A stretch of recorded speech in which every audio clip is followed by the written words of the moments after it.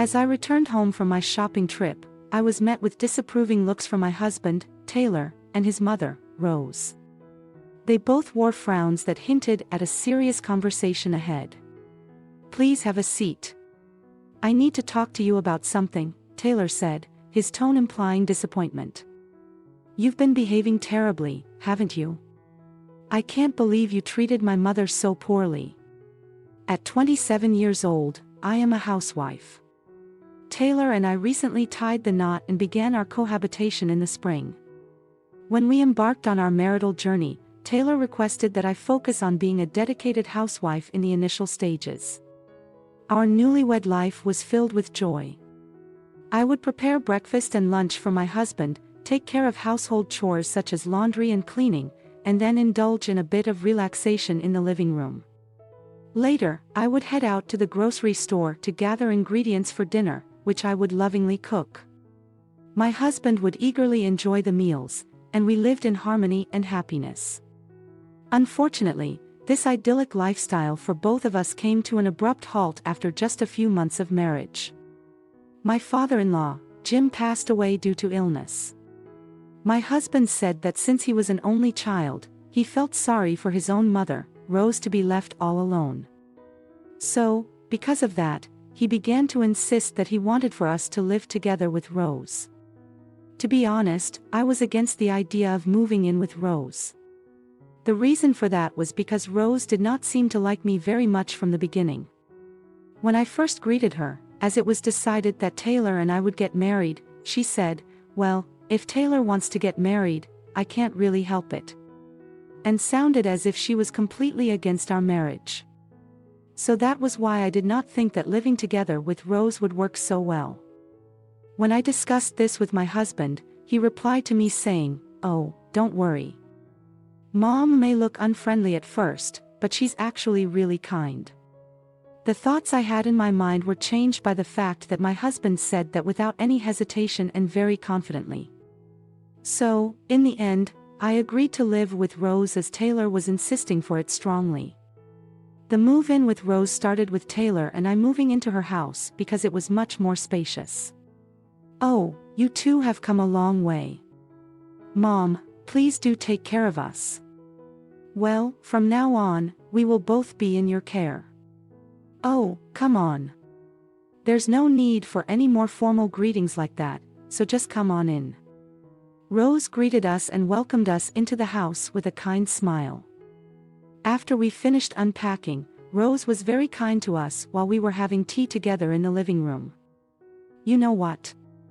I want to eat Mom's fried chicken for the first time in a while." "Oh, really?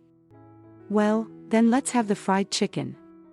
Today I want to teach Melanie my special fried chicken recipe, so please help me make it, Melanie." "All right. I will." Well, my husband may be right. Rose was very kind and not scary at all as I thought she would be. Maybe I was a little nervous, or maybe I was a little stiff when I greeted Rose for the wedding because Taylor is her only son after all. Maybe we all would have a nice good time to live together like this without any problems, or so I thought. Because a problem happened right after that. It happened in the kitchen afterwards. When we started to cook for the fried chicken. As soon as it was just Rose and I alone together, she suddenly changed her attitude completely. Her smile disappeared and she began to glare at me very coldly, just as she had done when I first greeted her. "Are you sure you can cook?"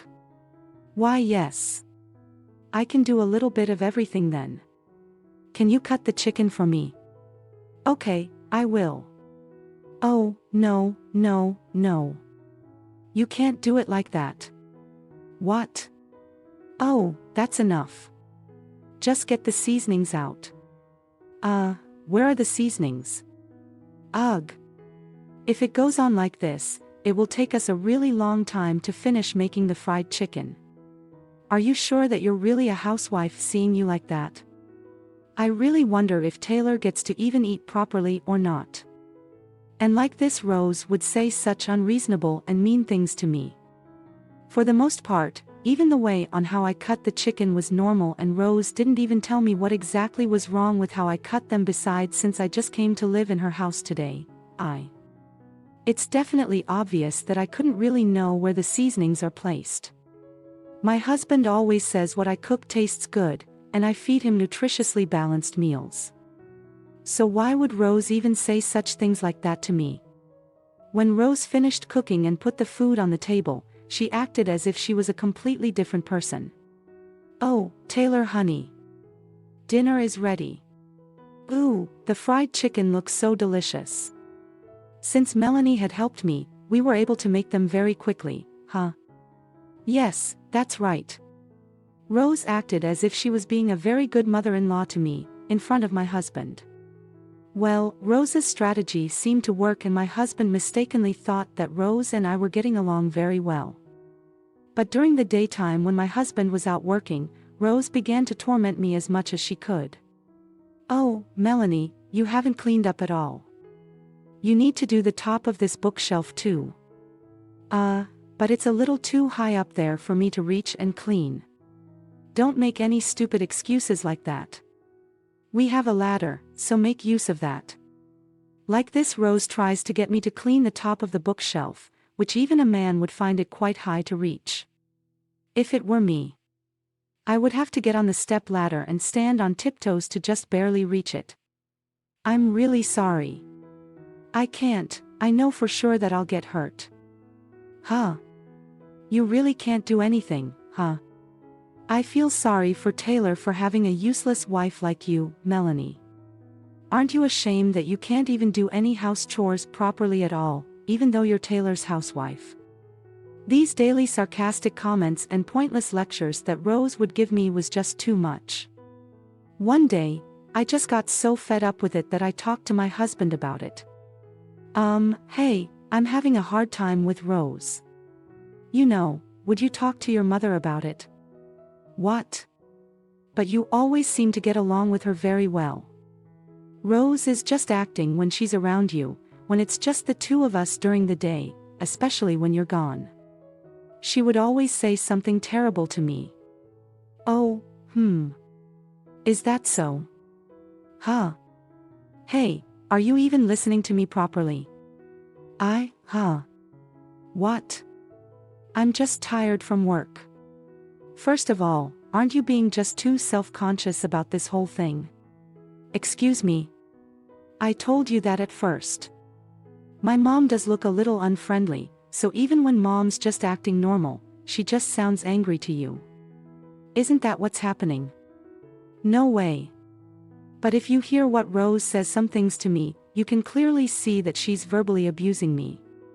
"Well, it's all about how you take it, isn't it? I'm definitely sure that my mom is saying everything with love.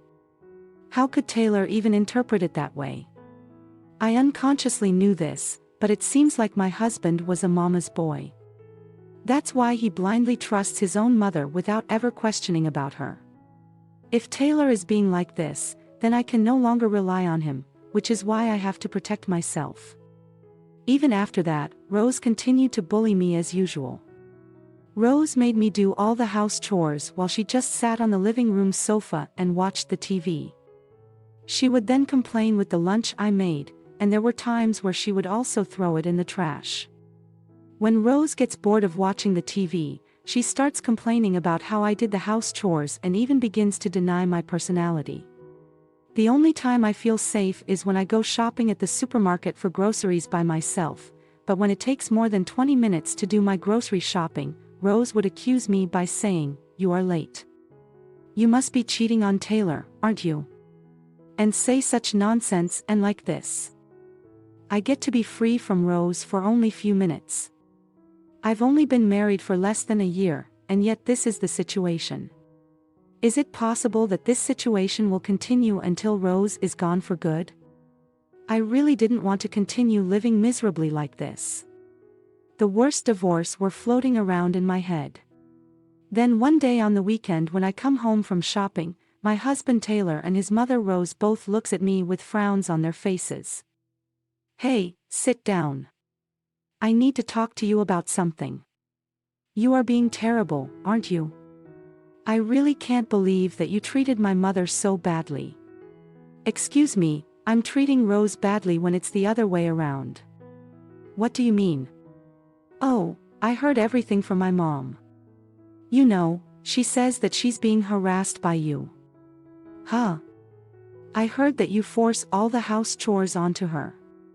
Ignore her when she tries to talk to you and even throw her lunch that she made for you in the trash. Excuse me. I didn't know that you were such a horrible, lousy woman. Now wait a minute. I never did any of that. Are you saying that my mom is lying? Then I look at Rose and I see her grinning. Oh, she really did it this time. Rose was spouting lies and my husband is totally believing everything that she tells him. Mom says that she doesn't want to see you for a while, so go back home to where your parents are and reflect on your own actions. I was just fed up to Rose, who harasses me in a really immature way, and to my husband, who is a mama's boy and who can't see through who Rose really was. I understand, I'll go back home to my parents' place.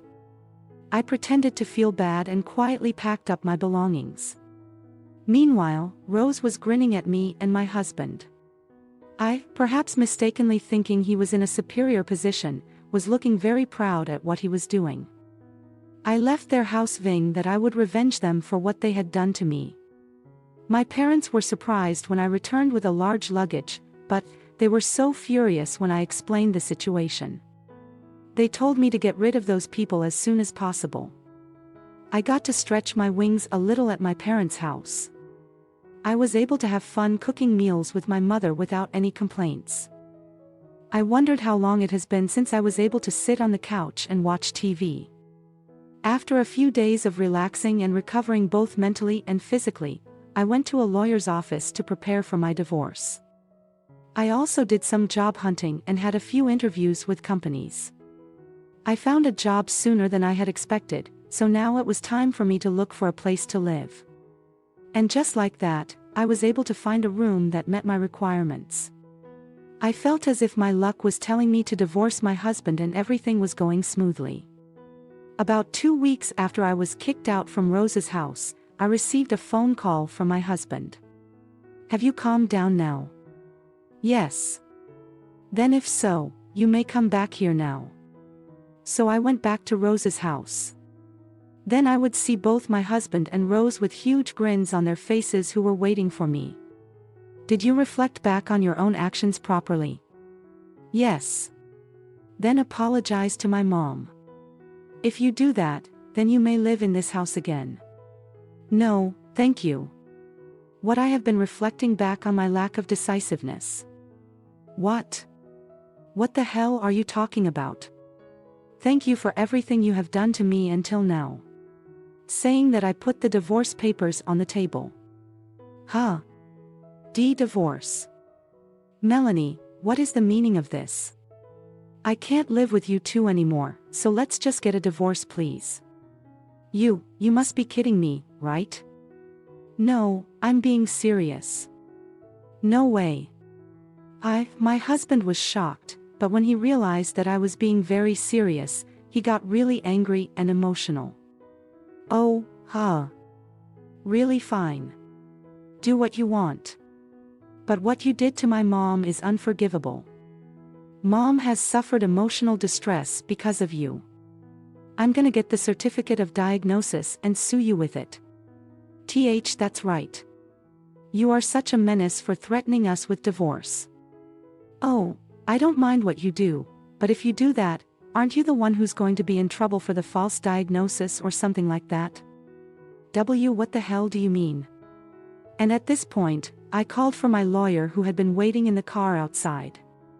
What a lawyer. Everything what Rose is saying is a lie. Excuse me. The lawyer then played the audio data that I had given him. On it were recorded audios of Rose's verbal abuse towards me. What this is just a part of many abuses I received from your mother. And now hearing this, do you still believe what your mother says? No. No way. There's no way that my mom would home. My Rose was panicking because the truth came into light. Oh, Rose, I heard that you told the neighbors that you were being harassed by me. No, that's what you did was defamation. So I'm going to sue you. What? Oh, no. Mom is a housewife, so she doesn't have that kind of money. Then as her son, why don't you pay for her instead?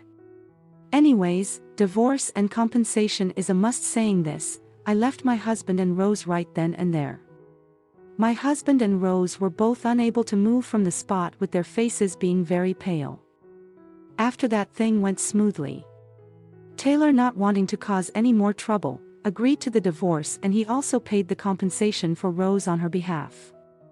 The neighbors no longer took Rose seriously after they all found out the truth of what had actually happened. And Taylor was also disgusted with Rose because of this incident, and she's now living all alone on her own with no one on her side. Well, Rose got what she deserved and asked for. Taylor. I had an acquaintance at Taylor's office where he worked at, so I reported the whole story to that acquaintance. My former husband was labeled a mama's boy, an unfortunate tag that led to the dissolution of his previous marriage. The people in our company would mock him behind his back, causing him to feel belittled and insignificant. Whenever Taylor tried to leave the office on time, he endured teasing remarks like, "Oh, are you leaving already to be with your mommy?" While I believe such teasing will eventually subside, I know it wounds Taylor deeply, as he had always taken great pride in himself. As for me, I now spend my days in a new living space, working at a fresh job, and approaching life with a rejuvenated mindset. The new room I reside in provides utmost comfort, and the challenges of my new job keep me engaged. At present, I don't have much interest in entering a new relationship.